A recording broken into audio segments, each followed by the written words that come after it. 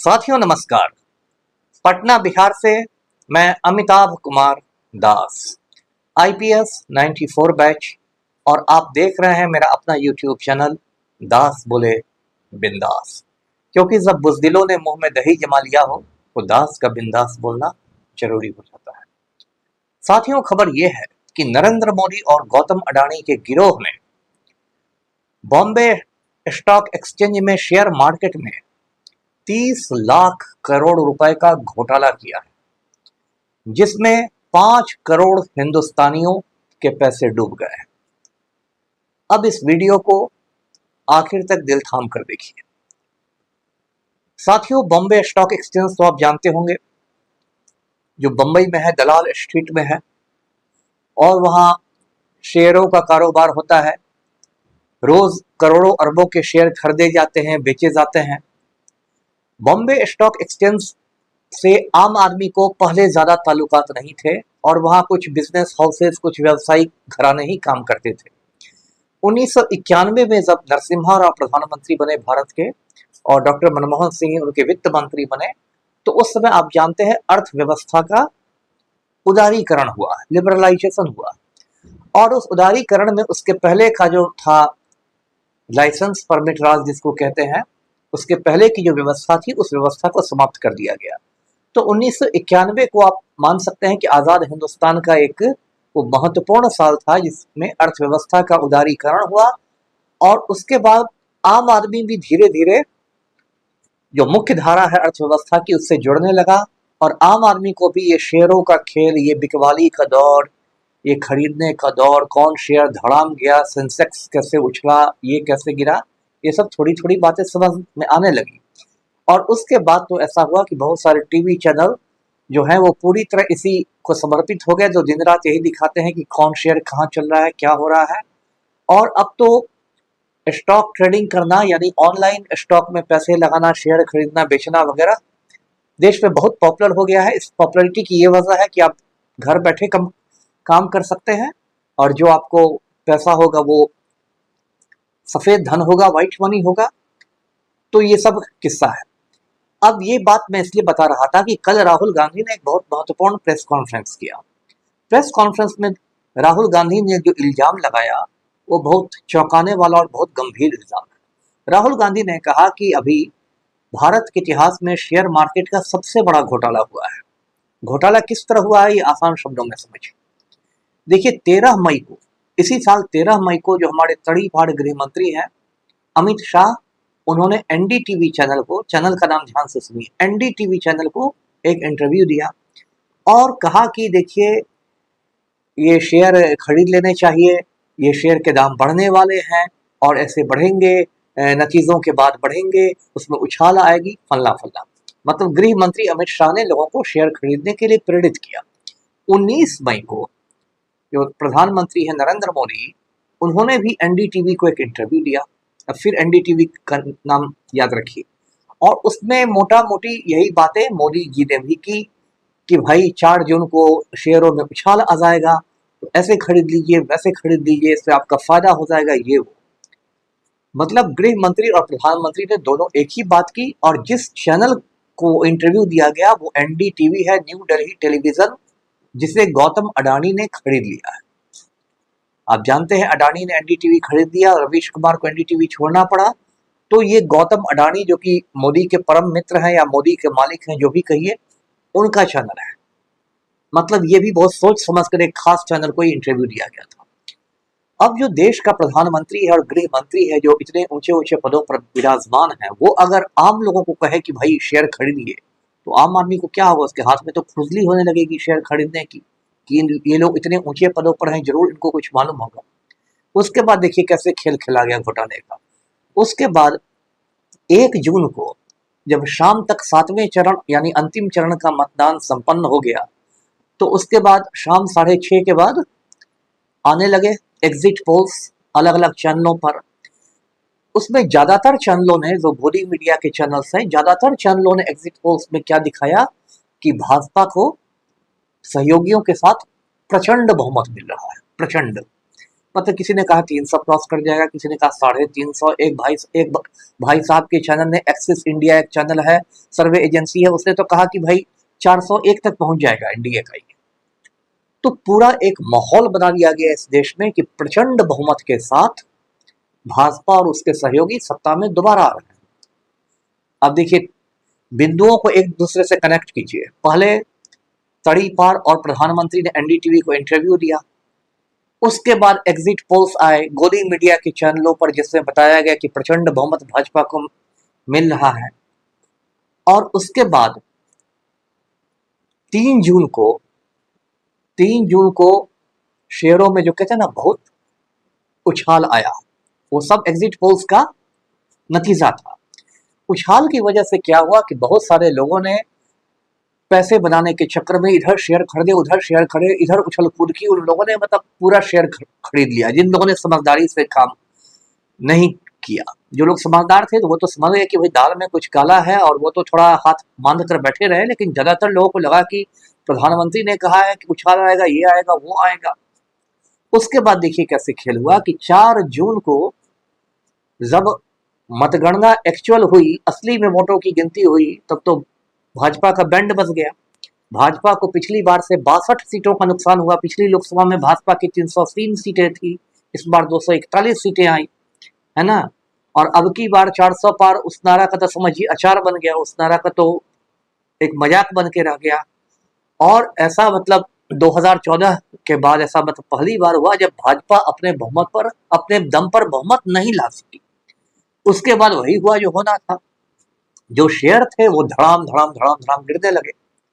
अब जब गिरने लगे इस तरह मुंह की खा के गिरने लगे, तो उसमें लगभग 30 लाख करोड़, इस रकम को ध्यान से सुनिए, कितनी बड़ी रकम है गरीब मुल्क में, लगभग 30 लाख करोड़ का निवेशकों को नुकसान हो गया।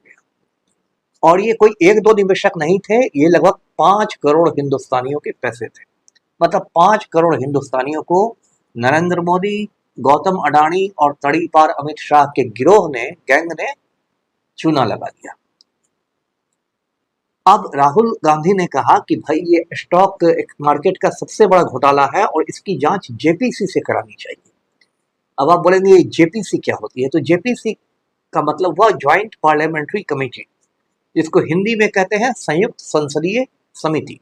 इसमें कुछ सदस्य लोकसभा के होते हैं, कुछ राज्यसभा के होते हैं, मतलब संसद के दोनों सदनों के होते हैं। और ये जेपीसी जांच करती है और जांच की रिपोर्ट संसद में सौंपी जाती है। पहले भी 8-10 बार जेपीसी का गठन हो चुका है। जैसे मैं आपको याद दिला दूं, जब बोफोर्स तोप में दलाली का मामला उठा था तो उसमें राजीव गांधी की सरकार थी, तो एक जेपीसी का गठन हुआ था। उन दिनों मैं कॉलेज में पढ़ता था, और उस जेपीसी के जो चेयरमैन थे वो कांग्रेस के बी शंकरानंद थे। फिर उसकी रिपोर्ट आई, उस पर बहुत हंगामा मचा, बहुत बातें हुई। तो राहुल गांधी ने मांग की है कि भाई जेपीसी का गठन हो। एक बात और दिलचस्प मैं बताना चाहता हूं कि जिस एक्सिस इंडिया एजेंसी की मैंने बात की, जिसने 401 दिखा दिया था मतलब मोदी और उसके सहयोगियों को, वो चलाते हैं प्रदीप गुप्ता नाम के सज्जन हैं, उनका चैनल, उनकी वो एजेंसी है। और प्रदीप गुप्ता साहब जब वोटों की गिनती हुई 4 जून को, तो मुझे लगता है आज तक के स्टूडियो में वो पहुंचे, और बिल्कुल मतलब वो कहते हैं ना बुक्का फाड़ के रो रहे थे, बिल्कुल रुमाल निकाल के आंखें पोंछ रहे थे और रोए जा रहे थे। बाकी आसपास के लोग उनको चुप करा रहे थे। तो इतनी बड़ी इन लोगों ने धोखाधड़ी की। इसको आप सीधे शब्दों में समझें तो ये मार्केट का मैनिपुलेशन था। और ये मैनिपुलेशन बहुत कॉमन चीज है, मैं ये नहीं कह रहा, दुनिया भर में जितने भी बड़े बड़े स्टॉक एक्सचेंज है उसमें ये मैनिपुलेशन होता ही है। क्योंकि ज्यादातर लोग हैं उनको नैतिकता से कोई मतलब नहीं, वो अपने फायदे के लिए इसको चुना लगाएंगे, उसको चुना लगाएंगे, इसको लंगड़ी मारेंगे, उसको टंगड़ी मारेंगे। लेकिन इस बार के जो मैनिपुलेशन में खास बात थी वो ये कि इसमें भारत का प्रधानमंत्री शामिल। मतलब 5 करोड़ हिंदुस्तानियों के जो पैसे डुबाए गए तो किसी ठग ने नहीं डुबा दिए, वो एक देश के माननीय प्रधानमंत्री ने डुबाए। और किसके लिए? तो अडानी को मुनाफा दिलाने के लिए। अब ये जो गौतम अडानी है, आप जानते हैं कि बहुत बड़ा इसका ग्रुप है। गौतम अडानी समूह में 7 कंपनियां लिस्टेड है। मतलब आप कह सकते हैं कि उसमें 7 कंपनियां हैं। उसमें अडानी ग्रीन है, उसमें अडानी एनर्जी है, उसमें अडानी पावर है, उसमें आप अंबुजा सीमेंट का नाम सुनते होंगे, उसमें अंबुजा सीमेंट है। आप एसीसी सीमेंट का नाम सुनते होंगे, उसमें एसीसी सीमेंट है। और एनडीटीवी तो खैर है ही है, जो अब टीवी चैनल को उसने खरीद लिया है। अब साथियों, ये जो बात हुई है कि अब जो संसद का नई संसद का जो सत्र शुरू होगा, तो उसमें तो ये हंगामा होना ही होना है। उसकी मतलब राहुल गांधी ने एक तरह से पटकथा लिख दी है कि इस बार तो विपक्ष ज्यादा मजबूत है, विपक्ष चुप रहेगा नहीं।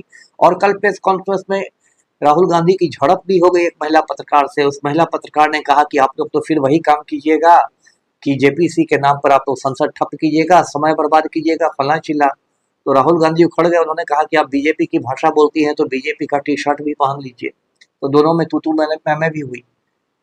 अब देखिए, ये अडानी वाला मामला देखिए, पिछले साल हिंडनबर्ग रिपोर्ट जो आई थी, हिंडनबर्ग अमेरिका का एक फर्म है, उसने भी कमोबेश यही बात कही थी।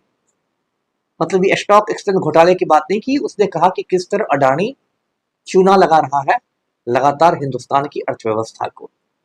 और हिंडनबर्ग की सैकड़ों पन्नों की रिपोर्ट थी, और उसे बहुत सारी बातें थी, बहुत सारी जटिल बातें थी, जिसको इतने छोटे वीडियो में मैं नहीं समझा सकता। लेकिन उसमें भी ये कहा गया कि गौतम अडानी का बड़ा भाई है, जो विनोद अडानी नाम है, वो ज्यादातर मॉरिशस से ऑपरेट करता है। मॉरिशस हिंद महासागर में एक टापू है। और विनोद अडानी बहुत सारी शेल कंपनियां चलाता है।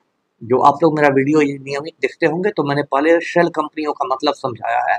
शेल कंपनियां मतलब फर्जी कंपनियां होती हैं, वैसी कंपनियां जिन कंपनियों का वजूद सिर्फ कागजों पर होता है, जिनका अस्तित्व सिर्फ पेपर्स पर है, जो कंपनियां असल में होती ही नहीं है।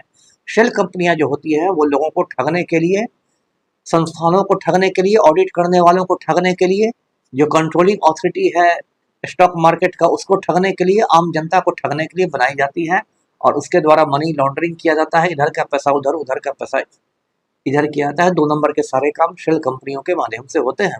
ये रिपोर्ट हिंडनबर्ग रिपोर्ट की थी। और देखिए, मैं बताऊं, मैं पहले भी बता चुका हूं कि गौतम अडानी की नरेंद्र मोदी ने इतनी सेवा की है, 10 साल में इतनी सेवा की है कि 2014 में गौतम अडानी दुनिया के अमीरों की लिस्ट में 634वें नंबर पर था।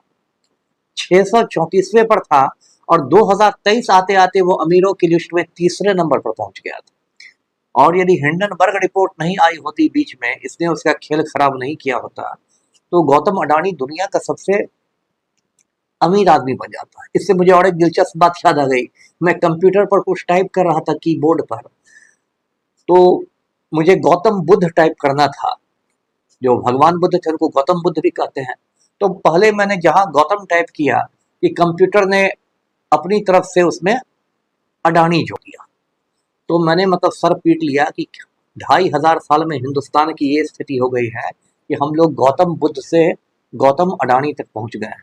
अब गौतम टाइप करने पर कंप्यूटर उसमें बुद्ध नहीं जोड़ता है, अडानी जोड़ देता है। तो ये स्थिति इन लोगों ने बना दी। और इस तरह से नरेंद्र मोदी बिल्कुल प्रॉपर्टी डीलर बन के, अडानी के बिल्कुल समझिए कि संपत्ति के एक दलाल बन के काम किया उन्होंने। कभी ऑस्ट्रेलिया गए तो अडानी को वहाँ कोयला खदान उन्होंने दिलवा दिया, कभी बांग्लादेश गए तो वहाँ बिजली घर दिलवा दी, कहीं इसराइल गए तो वहाँ बंदरगाह दिलवा दिया, श्रीलंका में बंदरगाह दिलवा दिया। और भारत के अंदर निजीकरण के नाम पर बहुत सारे बंदरगाह, रेल और हवाई अड्डे अडानी को दिलवा दिए।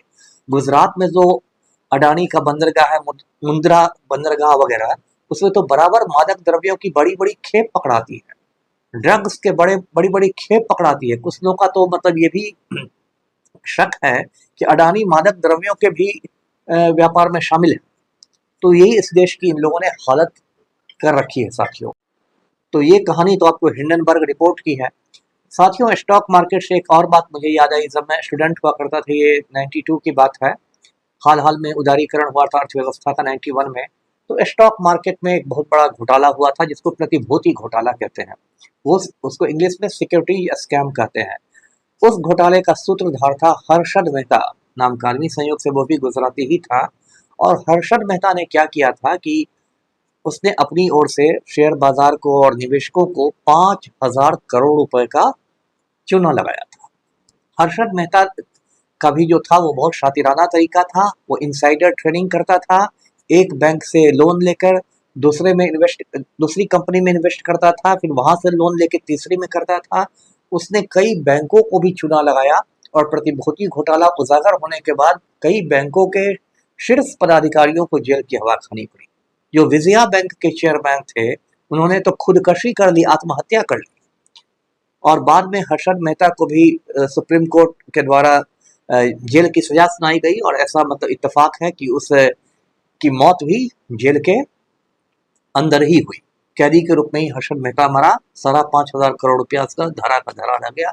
हर्षद मेहता को बिग बुल कहते हैं। बिग बुल का मतलब हुआ बड़ा सांड। अब आप बोलेंगे कि ये बुल, उसको सांड ही क्यों कहते हैं? तो शेयर बाजार में दो चलते हैं, एक बुल और एक बियर। बुल का मतलब हुआ हिंदी में सांड, बियर का मतलब हुआ भालू। तो जब शेयर बाजार में तेजी आती है, जब ज्यादा बिक्री होती है, तेजी आती है, तो उसको कहते हैं कि शेयर मार्केट अभी बुलिश है ना, सांड वाला काम कर रहा है। और जब शेयर मार्केट में मंदी आती है तो उसको कहते हैं कि शेयर मार्केट अभी बियरिश है, भालू की चाल चल रहा है। तो ये बुलिश और बियरिश वाली बात है। जो न्यूयॉर्क का शेयर मार्केट है, वहाँ वॉल स्ट्रीट में है, वहां तो एक बहुत बड़े बुल की मतलब मूर्ति भी बनी हुई है।